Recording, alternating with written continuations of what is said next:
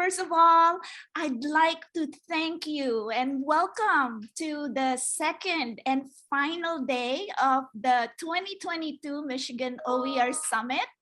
My name is Regina Gong. I am the OER and Student Success Librarian at Michigan State University.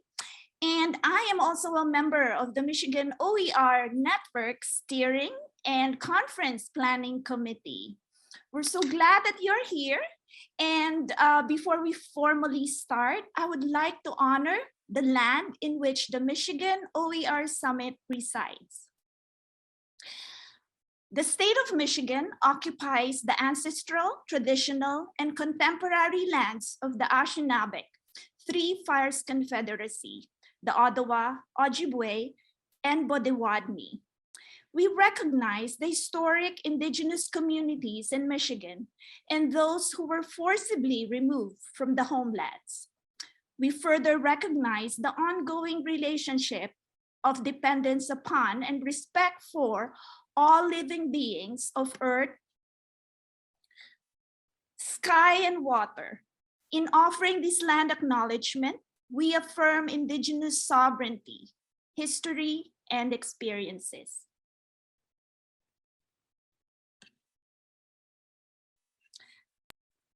This year's conference would not be possible without the hard work and dedication of the Michigan OER Network Steering and Conference Planning Committees. We also would like to thank our sponsors and partners for this year's summit, specifically the Midwestern Higher Education Compact, the Institute of Museum and Library Services, and the Library of Michigan. Thank you for your dedication and commitment to improve education for all. And just like yesterday, we have a great slate of sessions today. And so I hope you find and you enjoy and find inspiration in the sessions you'll be attending this morning and this afternoon. I'd like to thank all our presenters for putting in your time and effort in participating in this year's summit. Your presence is very much appreciated.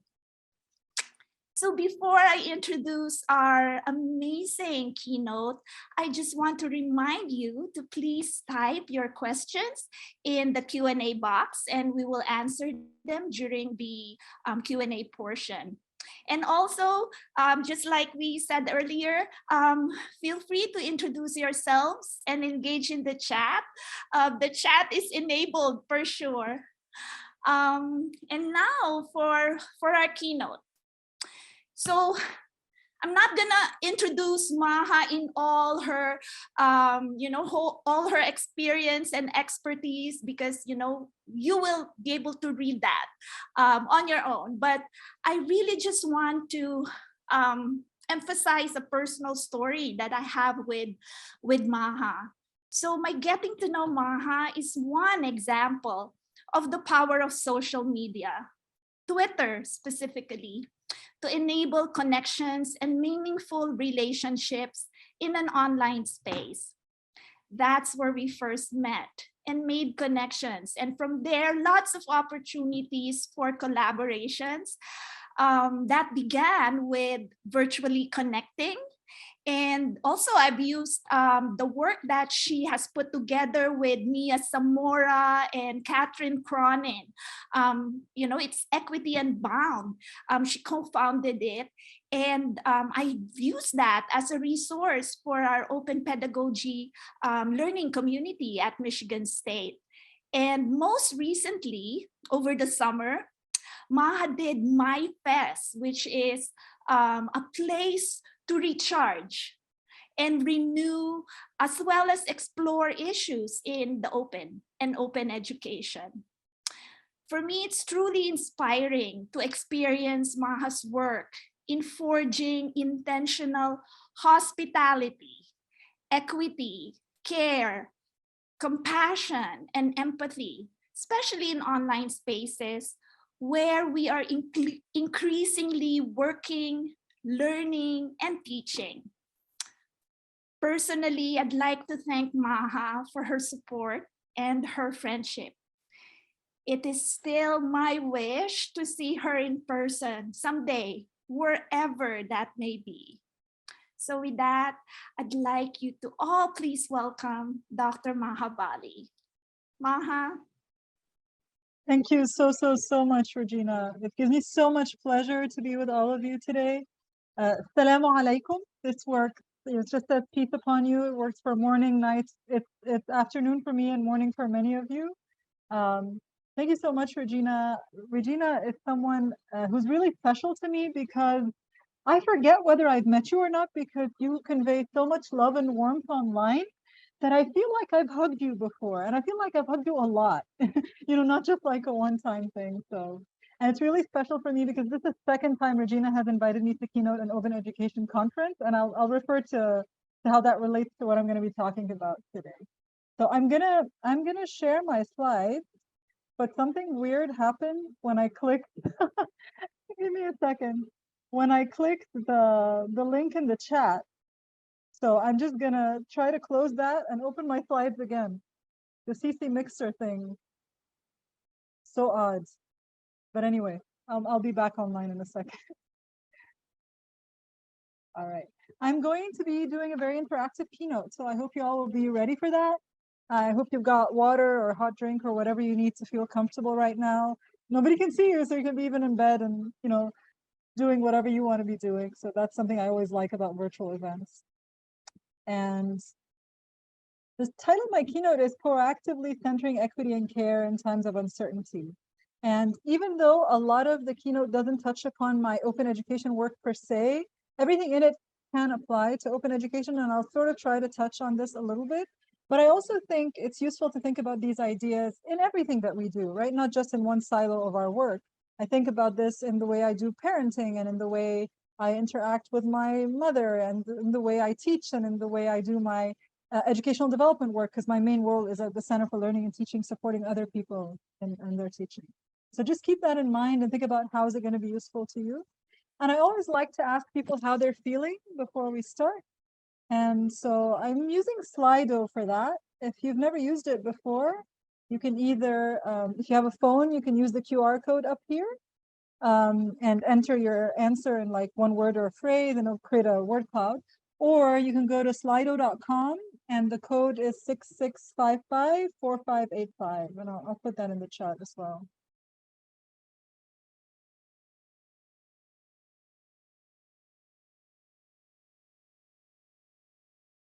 Okay, so tired and very tired or big, excited, cold, frantic, energized. It's very hot today in Cairo, by the way. Sleepy, happy, grateful, headache, energized, frantic, again, overwhelmed. Yes, it's one of those for me. Like this semester started and I'm already exhausted. Like I'm in the middle of the semester for some reason. Hazy, inspired, weary, optimistic, fabulous, a little sleepy, determined, potent. Wow. TGIF. Worried about Florida. Yes, I was just checking up on family members there right now. I hope anyone you know who's there is well and safe. And I know that in Canada, they also had an unexpected hurricane as well earlier. Undecided about how you feel. Okay. Thoughtful, chilly, nurtured, enjoying fall. Determined. All right. Happy that the sun is out. That's great. I'm happy for you too. All right. I'm going to move on. And I'm going to be using the chat for most of the session. And if you like to follow on the slides, or if you need the alternative text to the images, or if you just want to come back to the slides later, this is a short link to my slides. They're open for commenting. So if you think about something that you didn't get a chance to tell me today, and you can always put the comments over there and I'll go back and see them because it's on Google Slides.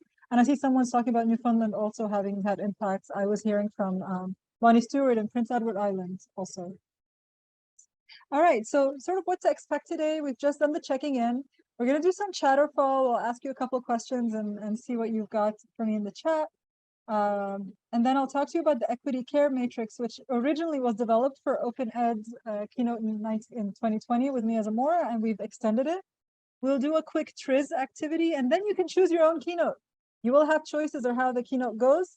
Sometimes we have such a great discussion that we have less time to choose your own keynote, but you've got the slides, so you can always go back to them later, even if you don't cover everything. So it should be okay. And then I'll ask you for your takeaways towards the end. Do I have exactly until the hour, Regina, or how much do I have? Yes, you have until the hour. Okay. And the next sessions will not start until 11:10. So okay. yeah. All right. Okay, and so I wouldn't be able to give a land acknowledgement since I'm not where you are, and I don't know how they should be done where you are, but I always like to remind us all that coloniality survives colonialism, and it's everywhere, and especially in education, open education. As modern subjects, we breathe coloniality all the time and every day, and so all the injustice that has come with coloniality is something that we live with and we struggle with all the time, even if we don't see the colonialism happening. So just this is my alternative to a land acknowledgement to start with. All right, so here's the chatterfall. Probably by now everyone's experienced something like this, and just answer in the chat and let me know what energizes you these days.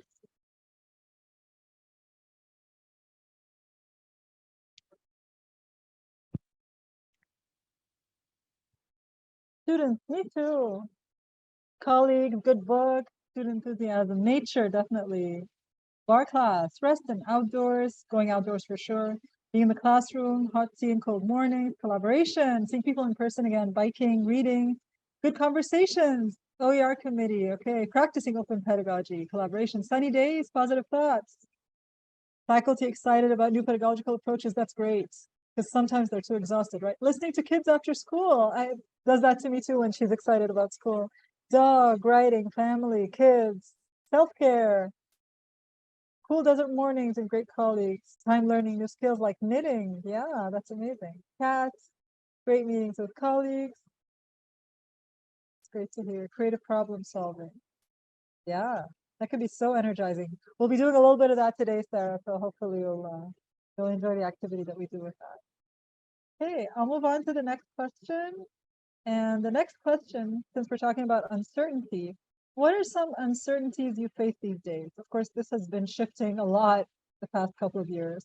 So what are some of the uncertainties you're facing? New hiring in the department, budgets, how will I fit it all in? Job security, staffing. That seems to be quite common, yeah. Future of academic libraries, starting a new role at work, staffing again, finding a full-time job, changes college administration, shifting priorities at work, how much more can I do? Oh my God.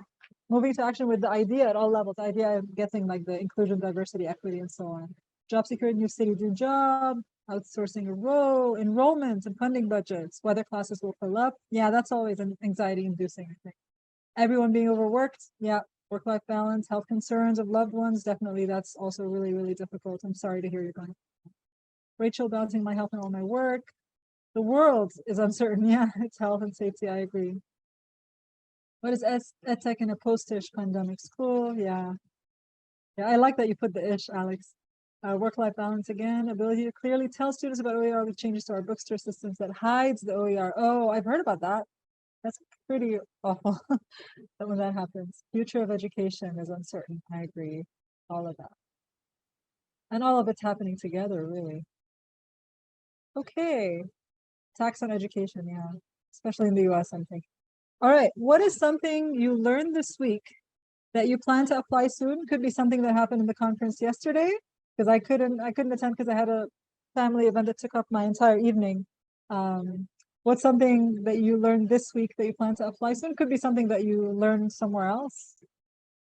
It's really sad that you've still got problems with education, even though you have a Democratic president, but never mind. Let's not get into that.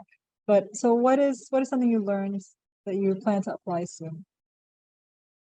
Share course markings with your OER committee that West Virginia uses. Okay. I'm curious about that. Bringing advocacy into your life and OER work. Oh, I think about this all the time, Rachel. Definitely something we'll talk about today. Making syllabus more user-friendly, makes a huge difference. Creating a CBS document for printing invitations. Okay, I don't know what that looks like, but that's a really practical thing you've learned. OER resources for a public library, that makes sense. Importance of student reps in the OER process. Millicent, I love that. That's so important. Allyship tab, thank you. Surveying students about OER. Yes, I read about this on the, that was Regina's talk, wasn't it? Yes. Viva survey, students avoid STEM courses due to the cost of textbooks and course materials. I did not know that, but that's huge, Renee. Thank you for sharing that. Engaging donors in OER efforts. Yes, that's amazing. This thing from WVU around educational materials affordability. All right, that's great. Researching ways IC can support adding OER tools to our LMS. Looks like a lot of it is from this conference, so I'm happy to hear that. Marketing and leveraging OER and low-cost materials throughout campus, yes, in support of students. Implement more collaborative annotation in class. Oh, Sybil, I love annotation. I hope that goes well for you. Slido, just learn about it. Can't wait to explore. Okay, Tracy, that's great. It integrates really well with, and Christina as well. It works really well with Google Slides if that's what you use, integrates very easily with it. And the free version is pretty good, so you'll do well with it. All right. And Regina's telling folks, if anyone's interested in the OER survey, she can let you can adapt it. You can email her as well. All right. All right, just one last question and then we'll move on to some other stuff. But what's an unexpected thing that brought you peace or joy recently? And I really love this picture of just someone's hands coming through like a fence or something with flowers. Thinking about converting a class to OER has brought you, I think that's probably something you learned. Wondering what brings you joy recently? Hiking, all right. Walk in nature, the weather. I think we appreciate good weather and being outdoors more than usual these days. Beautiful sunset, enjoy with a friend. Oh yeah, friend time makes such a huge difference. People are mentioning family and kids and pets. Goats, wow. Changing colors of the leaves, yeah. I like also the crunch of when you step over them. Doing improv, Sean, that's so cool. I love improv. I'd love to know more about how you use it. Appreciation from students. Fountain Coca-Cola. You have to tell me about this later, Sybil. I don't know what that is. I don't like Coca-Cola, but I still like to know what that is. Buying your first home, congratulations. And pedicure. I've never had a pedicure, Nicole. Watching kids play, kayaking in nature, sunrise. Yeah, that's amazing. You must go really early to work or the sun comes up really late where you are. New carpet. Didn't know it would bring that much joy. I think a new carpet would be soft and comfy and stuff, especially before winter, right? Receptive students definitely bring you joy as well. Eggplants, yay! I've grown eggplant before. I love growing eggplants actually. Knit blanket, okay. That's amazing that you're working on that. Watching Love and Thunder, I don't know what that is. I should go watch it, I guess. Playing live music with your band, Alex, that's amazing. Oh my God, you climbed that. Wow. Mount Sniffles, Regina. Clouds hung over the playground this morning while dropping the kids. Enjoyed the sun streaming through the low clouds and fog together. That's nice. I think it's nice to help kids stop and enjoy versus looking at their phone or fighting together or whatever they do. Looking forward to seeing loved ones at a wedding reception. I was at a sort of wedding engagement type thing yesterday. It was really good to see all my family. Vacation, Northern California. Rabbit in your yard. I love rabbits. Oh, so not everyone likes Love and Thunder. I'll try to figure out what that is. New soft sweatshirt. I love new soft sweatshirts before you ever wash them. They're super soft, right? Older cat learns to play with a new kitten. That's lovely to watch as well. Right. Student told me hates school but loves my class. That's amazing, Christina. I love that that's the case. I love when we can be that person. I mean, you would wish that there were more people like that, but it's good to know that it helps, you know. They're not so jaded. So I don't know how many of you have read Adrienne Marie Brown's book, Emergent Strategy, but it's influenced me a lot this year. And it works really well for all this talk about uncertainty, because she talks about how new normal of instability sort of falls into two groups, shocks and slides. Shocks present themselves as acute moments of disruption. So for example, market crashes, huge disasters are rising. So pandemic and hurricanes, right? And you just got to react at the moment, and you don't have a lot of time to stop and think too much. And you know, you respond in a very different way to change that happens as a slide. You know, imagine a slide and it's a bit slower, incremental by nature. They can be catastrophic, but they're not experienced as acute. And okay, you did. I hope you're enjoying it. I haven't finished reading it because I keep rereading it because I like it so much and I keep going back to the same places. Anyway, But this is so important because when we think about the moment we're in right now, we are post-shock and we're in a slide. And what I'm seeing in a lot of institutions is a lot of investment in technology and tech solutionism and moving away from everything we've learned in the pandemic about care and equity and all of that. And if we're not proactive about doing it with equity and care, we will fall into not old ways of doing things, but new ways of doing things that are not as thoughtful and caring and careful. And every one of us, no matter what your role is, you have some area within your control, you have some area within your influence, and you need to shape where things are going to go, or it's going to just, the flow is going to take you wherever it's going. So this is, for me, a really important thing. And this she wrote about social movements, but I think all of us as educators are part of a social movement, right? And we need to harness the shocks and direct the slides, all towards achieving the systemic, cultural, and psychic shifts that we need to navigate the changes with the greatest equity, resilience, and ecological restoration possible. And she talks about all of this as also our relationship with the earth and the environment and all other beings around us as well, right? And how can that be part of what we do as educators and as open educators?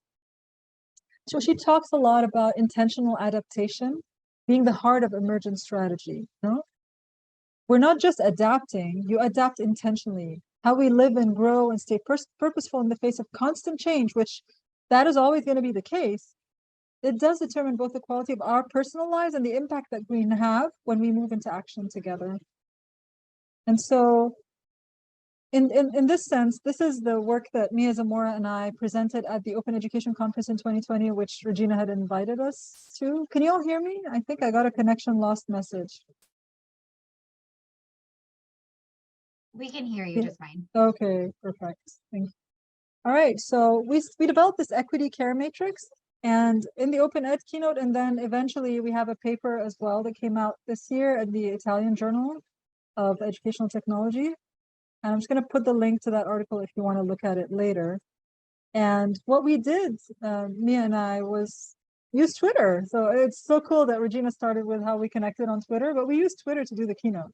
So, but first of all, we recognize what Bell Hooks has said, that teachers who care, who serve their students, are usually at odds with the environments wherein we teach, which sort of explains what Christina was saying about the student who hates school but enjoys her class.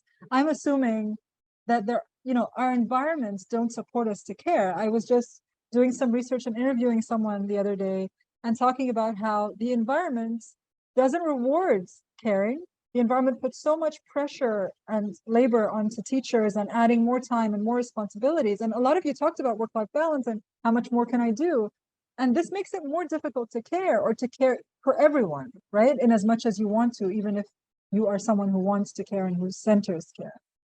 And so what we asked on Twitter in 2020 was, what is equity without care, and what is care without equity? And we sort of collected things from what people said on Twitter. And so we developed this sort of two quadrants, right? When you have equity without care, some people said this is tokenism, this is diversity theater, it's lip service, but it could be systemic justice, But then it's kind of performative, and there's an Arabic word for this kind of action called riya, where you do something to look good, but deep inside you're not doing it because you believe in it.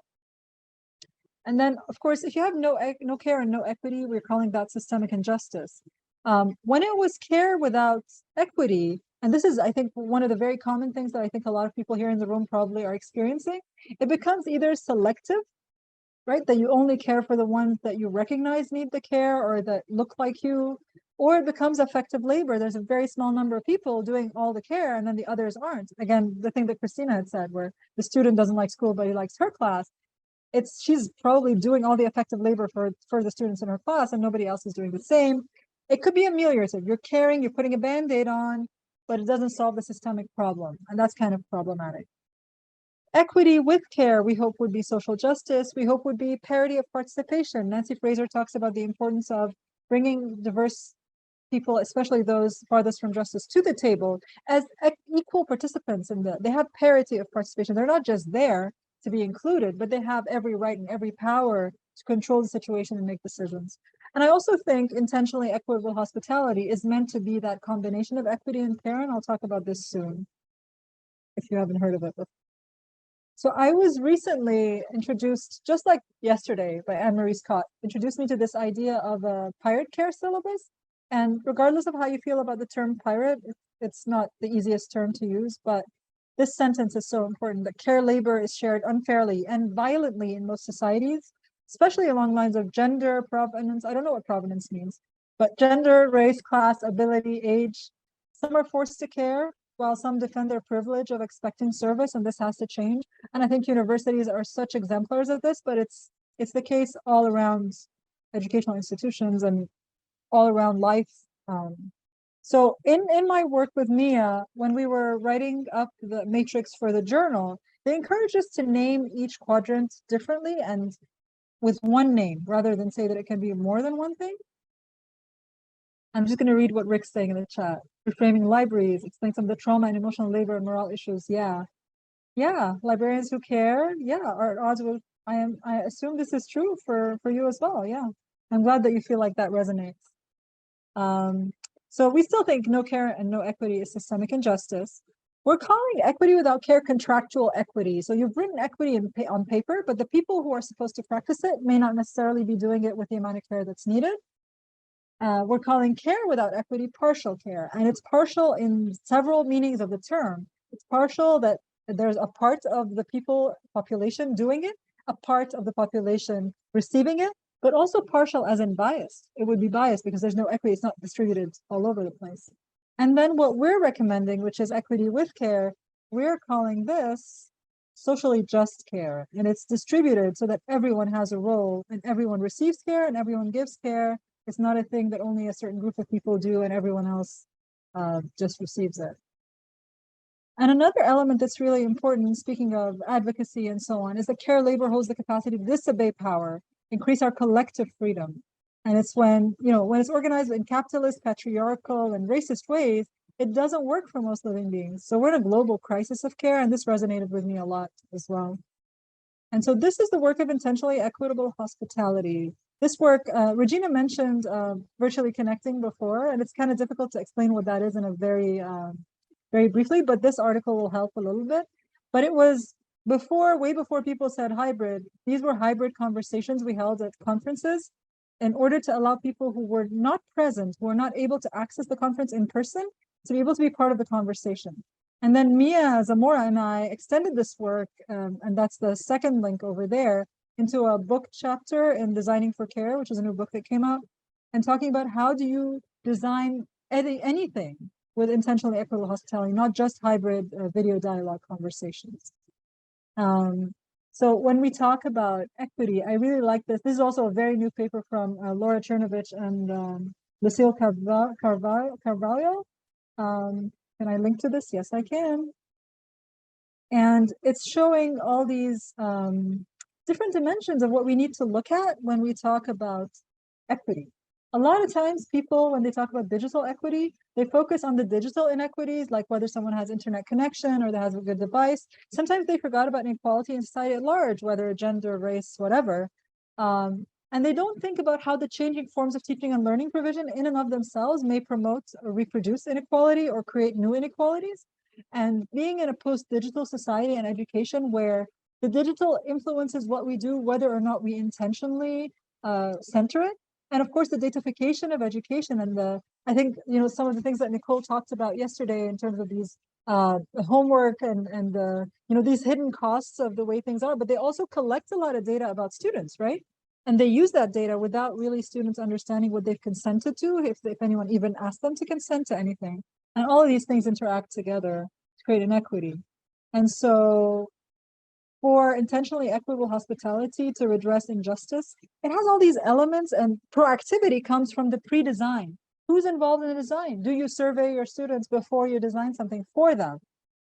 Do you involve them in the process? Who's funding what you're doing and what are they imposing and how does their agenda affect? How might some groups be privileged over others, and how can you redress that by perhaps including recognizing that there are certain groups that are underprivileged or underrepresented or marginal and bringing them into the process, right?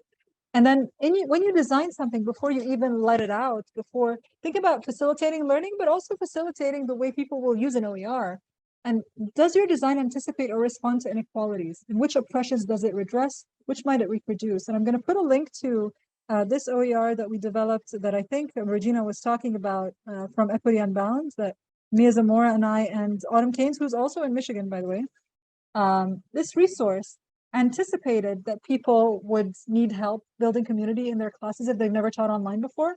We anticipated that some people don't have teaching and learning support, or that the teaching and learning support people were overloaded with the care work, and so they would need some support. But we also anticipated that not everyone has Zoom. Not everyone uses the same software. Not everyone has students who will open their cameras. Not everyone can do synchronous work. So as we developed the OER, we said, oh, well, here are some adaptations right at the bat. Like if you're not meeting your students synchronously, here's how to do the activity otherwise. If your students have slow internet, here's another way to do it. If they can't open their cameras, do this. With every activity, we offer that. And that then once something goes out, whether it's teaching or something that's out like a self-paced thing, there's still a facilitation element in this intentional adaptation to new inequalities that arise in the moment.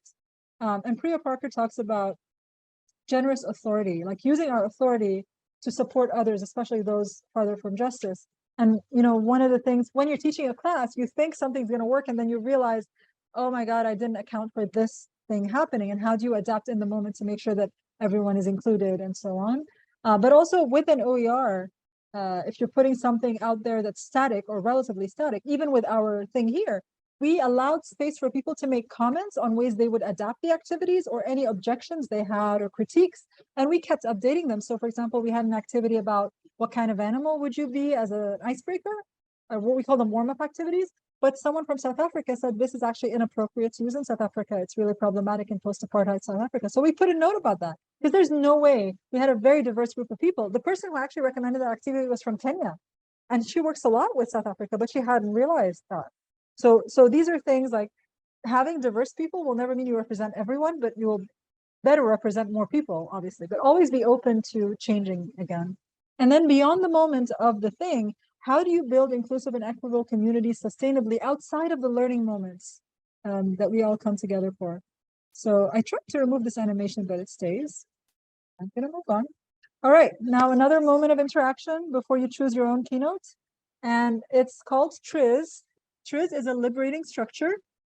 If you've never heard of liberating structures, they're really cool ways of organizing conversations and meetings and classes in ways that ensure everyone's voice is heard. And they also do it in a really creative way, and I love it. So TRIZ is a particular one where you work backwards to solve complex problems. And the first time I ever did this was in an open education setting as well, at the OER conference in the UK, actually. Yes, thanks, Annie. All right, so we're going to solve the problems backwards. I put this image of a girl hanging upside down from a clothing line to remind you that we're going backwards. Okay, it's a good way to solve complex problems. And if our real goal is to promote socially just care and open education work during times of uncertainty, so socially just care, if you remember, is care with equity, right? Then our anti-goal to do this TRIZ activity is, if our open ed goal was to devalue and discourage socially just care during times of uncertainty, what will we do? And that's my question to you in the chat. So let's pretend we're really evil people, and our goal is to devalue and discourage socially just care during these times of uncertainty. What are some things you would do? Just type it in the chat. And I'll take a sip of water. Ignore identities, Alex, yes. Censorship, Cynthia. It's a very tricky one. Ignore circumstance, very important. Get no feedback from others, and reject feedback, because sometimes you seek the feedback and then you don't like it, so you reject it. That's a great point, Emily. Make assumptions, require payment for knowledge. Tracy, I love that one.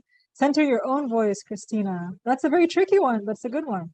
Julia, one size fits all. That's an amazing one. Deny access, Leah. No late work, Sarah. Yes. State opinions as fact, Elizabeth. Tom, microaggressions. Yes. Be rigid and inflexible. Yes, other than what I picture, Christine, I agree. Lack of communication. It's just only one way of doing things, especially if it's always been done that way. Yes, Jennifer. Ignoring accessibility. Yes, and accessibility is different from access, right? So they're both important. Only call for feedback that agree with your opinion. Yeah, there's so many people who do that, right? They surround themselves with yes people. Make everyone to do the same way with the same product. Yes, I agree. Tell a student they need to find a way to purchase something they just can't afford. Yeah, Heather, it's a really good one. I really hope that's not happening, but it seems to be. Lack of transparency, state point of view as fact, I'm not responsible attitude. Yeah, so feeling like it's not your responsibility is huge. Okay, so keep thinking about that. And using exclusionary language and vocabulary makes a huge difference. Yes. Intentionally exclude the perspectives of BIPOC in the material student read. Yeah. Intentionally just don't have that. And the idea framework is a really good one that someone mentioned earlier. If someone has a link to that would be great, where they remind you of like, here are the things you can do. And of course, if it's an OER, you can easily adapt the textbook, add names and pictures of more diverse people, change the examples to be more culturally relevant, all of that. And a lot of, I work at the American University in Cairo, so we use American textbooks all the time, and they give baseball examples, and students don't know what baseballs are, and what baseball is, and it really distracts them from math, So, so I want you to look back at this whole list that we collaboratively developed together of all the things that would interrupt socially just care, and think about your own practice or your own institution. And is there anything that you are doing or that is happening in your institution that resembles in any way what we've listed together here? And just think about this on your own. You don't have to say it out loud, but just keep that in mind. Rachel is adding something, assuming students can afford to pay money to submit homework. And Jennifer, enact legislation that restricts topics and resources to what supports the status quo. Yeah. So think about all of those. How much of this exists in your practice? I know about 70% of this exists in my institution. A little bit might exist even in my own teaching, because sometimes we don't focus on everything, right?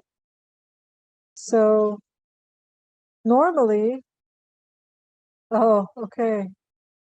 Don't remind me of this in Egypt, as it's really difficult with that. But normally we would do this activity in smaller groups and in breakout rooms, but just because this is Zoom webinar, we can't do that. But at this point, only on your own. If you want to share, of course, I'd love to hear. But what can you personally do on your own that's within your control or influence to change one of those things here that actually exists in your practice or in your context? And what are some things that you will need help with or allies? And sort of, if you do need allies, what's your first step to get something done? Because a lot of times I'll do what's within my influence and sort of bemoan the fact that I don't know who else is doing this. But sometimes when I do things out in the open, people in my institution see what I'm doing on Twitter, and then they get to know who I am and what I'm doing. And then that becomes the way that we get to work together. I form allyships that way. So is there anything that you feel like you personally could do that's within your control or influence, or where you need help or allies to help mitigate some of those elements that we talked about before?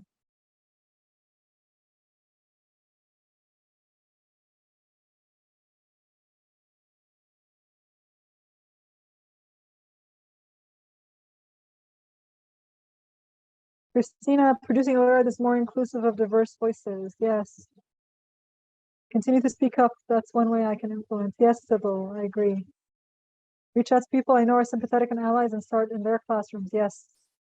Model it for other faculty administrators. That makes a huge difference as influencing others through others, right? There's influencing faculty through other faculty if you're a librarian or educational developer. Asking faculty to adopt OER and share relevant ones when I find them. Yeah. Collection development practices, finding allies. Yeah, definitely. This finding allies makes a huge difference, because otherwise you feel like you're crazy, this radical acts of care. Our college created a task force for looking at things the college is doing that impede student success. That's great. I hope they don't focus too much on the numbers and focus on the real reasons people are struggling. Help those without a voice in selecting their course material be heard. Yes. Helping faculty and colleagues find resources, speak with student leaders and governments. Yes, about the real cost of access codes. That's a great point, Rachel. And I think sometimes if you can get to the students will get to the administration, and they'll form their own allies and advocacy groups and possibly have a better influence than we can as staff and faculty and librarians. Regina, intentionally seeking non-tenure track faculty, BIPOC faculty to apply. Yeah. Yes. More OER authored by West. Yes. And you need to do this. This is intentionally equitable hospitality. Reaching out to the people who may think that you're not really talking to them, or who would be afraid to try or not confident to start. And the more marginal you are, the more imposter syndrome you have, the less likely you think you're going to apply for something like that, or you imagine it's going to be a lot of work on top of what you already do. So it needs a lot more effort to support people who will produce non-Western hegemonic perspectives. Conduct your own work in every way I can that promotes the ideals. Yeah, like live every day the way you want your goal to be, and do everything you can in that way. Sometimes really hard because there are people, other people we report to who may share different, not share all our values. +1 to empowering students. See you later. All right, so I'm just going to say there are diverse things about which we're uncertain, and uncertainty impacts us differently. And actually, we're almost out of time, but I do want to give you guys a chance to choose at least one of the next things I talk about the keynote, and then we'll see. I'm not seeing questions in the Q&A, so we could do 2 things, Regina. We'll see. Let me run the Slido. So these are the things. The Slido should clarify what they are as well, so you can vote on the things. You can vote for more than one thing that you'd like to hear about. Regina was talking about annual faculty author reception. Yay! And all the OER authors were honored in that the same way as our faculty published books. I think they should be honored more, honestly, but it's glad that they're at least honored, definitely. That's awesome to hear. This is one of the things every time I try to publish something open access, and yeah, sometimes it's not appreciated or valued in the institution. So it's so important that we at least work to have that work. All right, is the Slido working? It's the same QR code and same ID. So slido.com and 66554585. For Eyes of Oppression with Legos is a really cool video. Concrete community building activities is to showcase some of the activities in the site that I talked about earlier, the OER.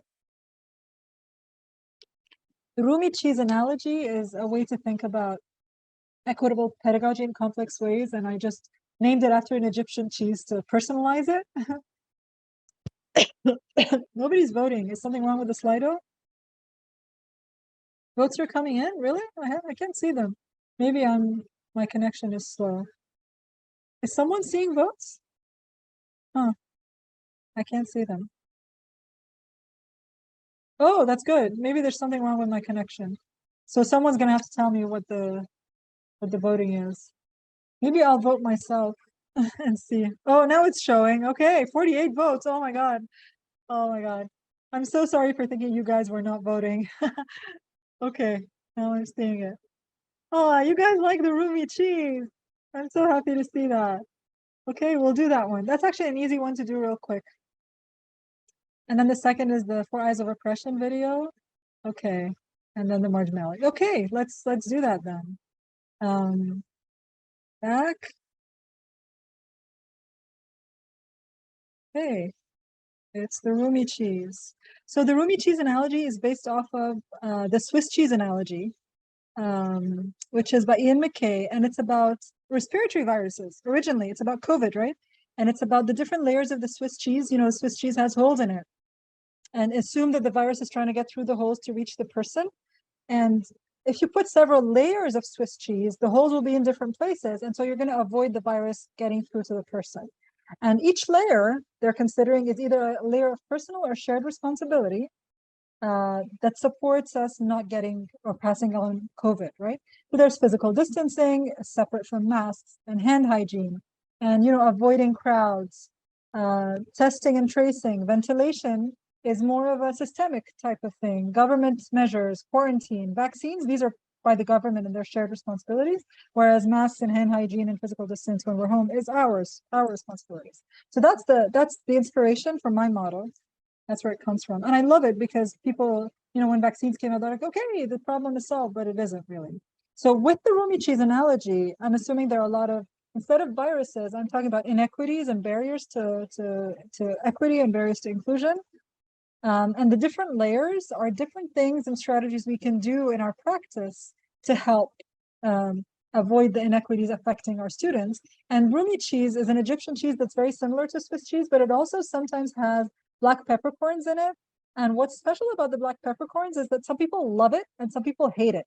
And this is to say that any intervention we do may be quite uncomfortable to some of our students. The peppercorns aren't everywhere, so they're little parts, like one per layer or something. And so some things that we do may be uncomfortable to some of our students. And if those ones who are not comfortable are the privileged students, I say it's okay for them to be uncomfortable a little bit. But if they're the unprivileged students, it's to make sure that we have other layers to make up for that. And so this is what it looks like. And you can fill it in yourself, right? See, these are the layers. I do this with my students where they have their names and what are some of the inequalities that would cause some students not to succeed at university. List those and then think about what teaching strategies would help with that. So for just today, I'm just going to show you some of mine. So if I see racism, classism, heteropatriarchy, ableism, neuronormativity, xenophobia, right? And they can happen on systemic or individual or intersectional levels, right? So I think things like culturally relevant pedagogy are great to address racism and xenophobia, right? But not necessarily ableism. The universal design for learning is for ableism and neuronormativity, but it isn't always culturally sensitive, right? So it's never enough to say, oh, this one thing is going to solve all the problems. We need to have all these layers, right? Trauma-informed pedagogy, learner agency, building community. And building community is one of the things that has peppercorns because some people really don't like warm-ups and icebreakers, for example. They feel uncomfortable with that, but for the majority of people, it makes a huge difference. And so I would keep doing it.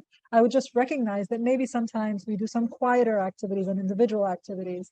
And I also included self-mapped learning pathways and intentionally equitable hospitality here as layers, but you can create your own, right? What are the sort of inequities in your context, in your class? Some people I know work with a lot of Indigenous students. Some work with a lot of students who cannot afford, if they don't have food security. So you need to figure out what kind of pedagogy would work for yours. I actually bring snacks to my students and they're not food insecure or anything, but my class is at 8:30 in the morning and this makes a huge difference to them. There are all kinds of things. The layers change by context, right? So this was what the Rumi cheese analogy is. So I'm giving 12 minutes now for either questions or Regina, if you want me to do something else, I can see that there's a question.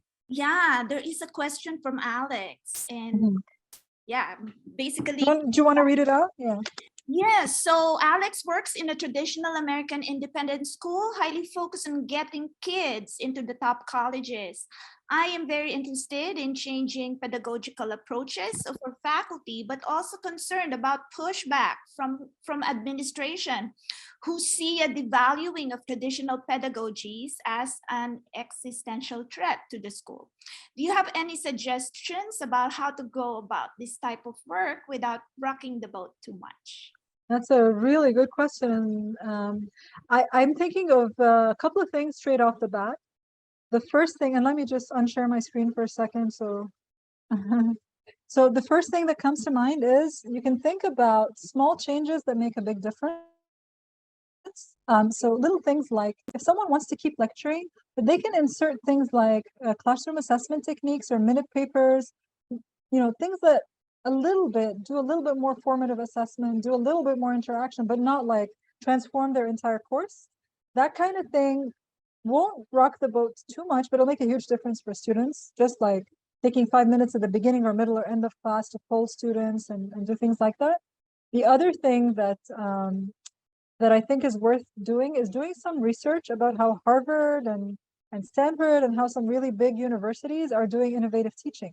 So one of the person who talks about something called concept tests and he does think fair share is Eric Mazur from Harvard, who discovered that Harvard students don't really understand physics. So that's important to look at. You can think about in the same way that a lot of big institutions do OER, like MIT, for example, they do a lot of open education work. Look for these examples of success for that. That's one thing. The other thing is, and I don't know if this is within your role, Alex, but you can actually do little classroom assessment research, classroom action research, I mean, where someone tries something and they assess the impact on the students. And if the impact on the students is good, then you go with it. The problem is if the main measure of success is standardized tests, that's probably not going to be the best outcome, but it'll probably make a huge impact on other types of learning. And so you still want them to be able to get into college. But I think if you show that what you're doing might help them better prepare for college, try to think about what are the administrators looking for and try to say the argument in a way that they would understand, even though that's not actually the way you want to frame it. And this is hard. This is really hard work. The other thing is something someone else said, and I can't remember if it was you, Alex, but someone else was saying, use the faculty who are already succeeding at doing it and let them tell the others, and maybe do things like learning communities where people can share safely with others about what they're doing. Maybe if they'd allow someone else to watch them in class, that kind of thing. It was you, yeah. It was a really good strategy. Because what you really want is not the administrators to agree. What you really want is the teachers agree. The administrators aren't in their class 24/7. They have no idea what's going on, right? I do a lot of things in my class that nobody knows about, except that I write it on Twitter. But people don't know about it, and they don't have a formal way to know that this is happening. So.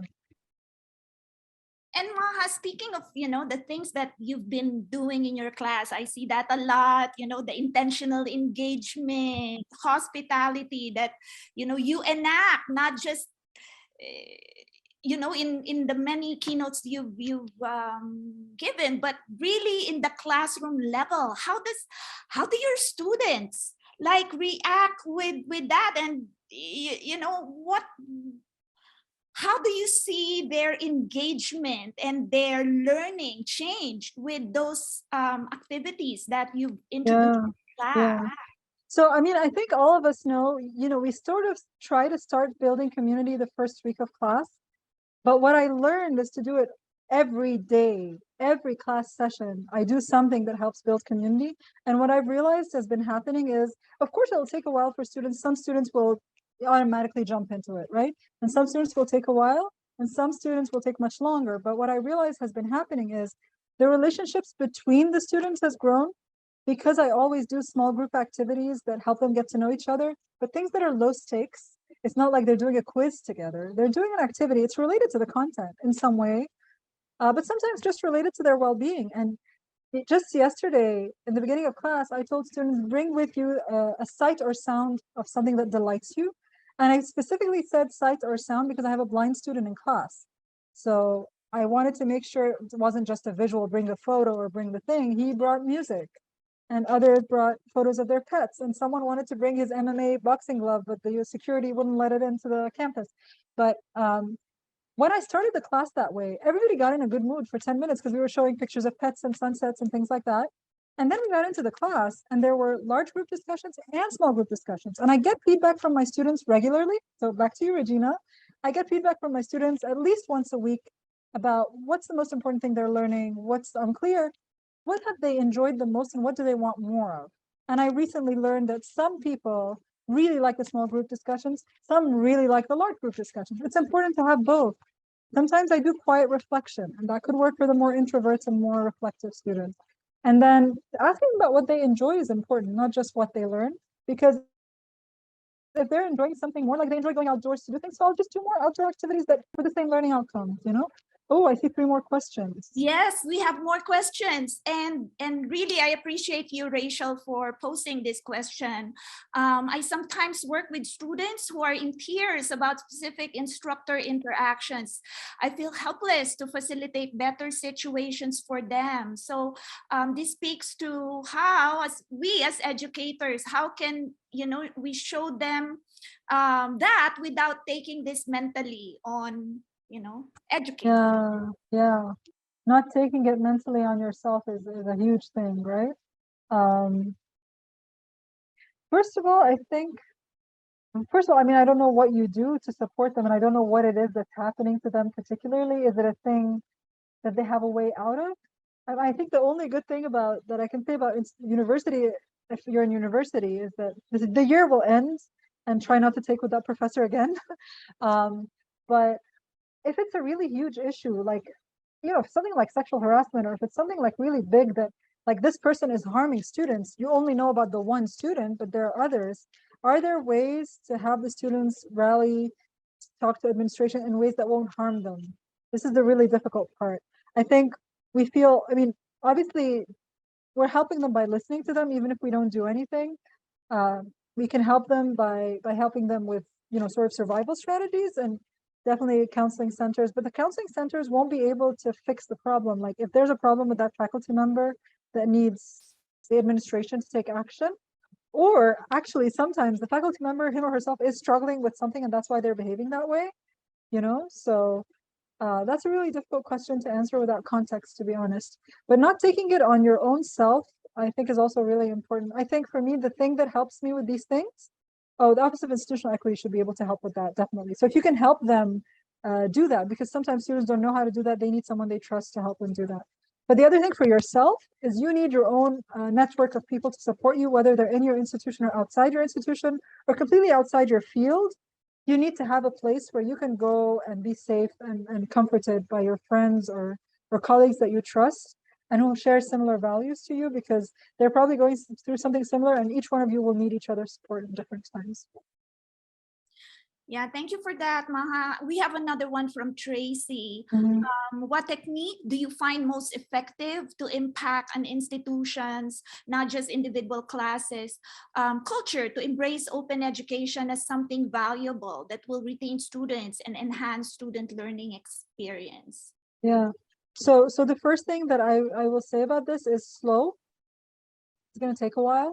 And again, back to what I was saying about building allyships and having these individual relationships, individual conversations, it's slow. But then as you grow the number of people that you're having these individual conversations with, then you can start making it more visible and bringing them together. If you're able to do any kind of research that supports what you're saying to show that it works in your institution, it's useful to give research from outside, but people will say, oh, but our institution is different because we're so-and-so, or we have this and that or something. So it really helps if you can find a study that was done elsewhere and then sort of replicate the methodology or do something similar in yours and say, and show how that helps. The other one is invite speakers. So this is my hidden agenda. I invite people like Regina to my events at my institution or similar institutions so that my people get to listen to Regina talking about this, not me, and to how it worked for Regina in her context. And then they can start saying, oh, maybe that's a good idea. Does anybody know how to do this? I'm like, yeah, I can help.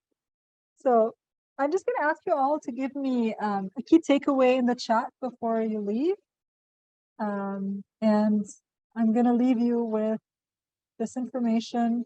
I also always seek feedback on my keynotes. I usually get like one person answering it, but any number of people answering it is helpful. Oh, you can give more than one, Christina, if you want. Oh, thanks, Sarah. And I'll put the link to the slides again. And this is my email and my Twitter.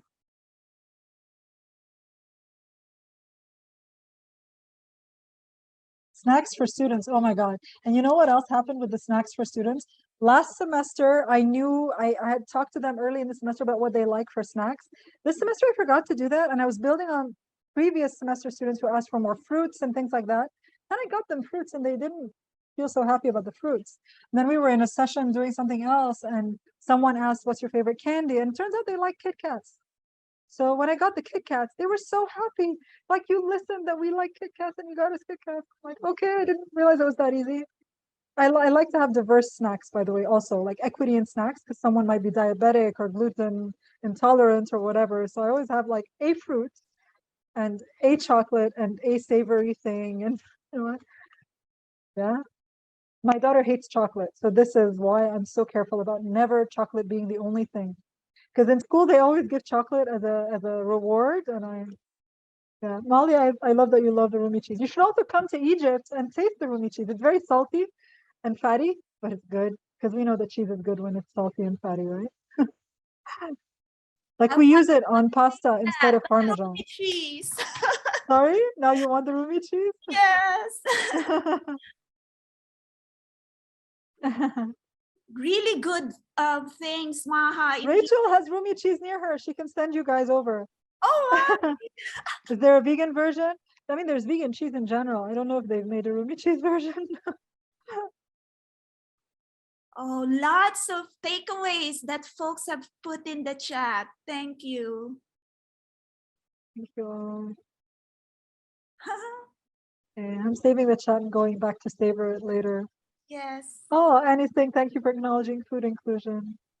Yeah, I'm so big on food inclusion as such a good example of if you don't know how to do that, then you don't know how to do equity, you know? Thinking about religious reasons and health reasons and just even sometimes I don't like this thing, but a lot of times it's an allergy or a religious thing that you have. And I've been in a conference once where the only food for me as a Muslim, because I eat vegetarian when I'm outside Egypt, Mhm. outside the Muslim world, was chili, and I don't like spicy food. And I think it was coleslaw was the Yeah. only other thing. It was horrible. Mhm. Any keynote that mentions cheese is a winner. Oh my God. And as a home chef, like I can attest to the power that food does for your relationships, for your soul, for like bringing people together. So really appreciate that. Yeah. Kosher jelly beans. Yeah, we have kosher marshmallows here. I mean, halal marshmallows. But you know what I mean. Oh, you're in Luxor and Aswan. That's great. Yes, The link to the slides. Yes, the link to the slides again. Here you go. yeah, It's just Michigan, yes. bit.ly/capital M, Michigan Valley. And the good thing about all of Maha's slides is you can annotate it. You can Yes. provide comments within the slides itself. So thank you, everyone who shared the space this morning with us. I hope you are invigorated, inspired to center equity and care in your personal and professional lives. Thank you all so much for being an awesome audience. I love your ideas, and I always think it's a good keynote if I've learned something from what people have been saying in the chat. I wish I could see you all. Paula, hi. And it's always nice to experience a keynote with you, Maha, because each time you really intentionally include the folks, right, who are sharing the space with you, and really, make for like forging a community in this space. So Oh, Jennifer, I'm glad you're feeling invigorated now. Now stretch. stretch. Sometimes, if I know people are in the middle of their day, they remember to stretch, because if you're sitting in front of the computer for so long, you forget. No. So And just hopefully, this Maha, feels so good when you do this. yes. Feels good. And are you done for the day, like teaching and all? It's a Friday? weekend. It's a weekend. So I'm gonna go pick my daughter up from a birthday party in a bit. Well, I hope you enjoy the rest of your day, Maha. Yeah. I I would love to see you all in person someday. Thank you, Christina. someday Someday, we inshallah. will.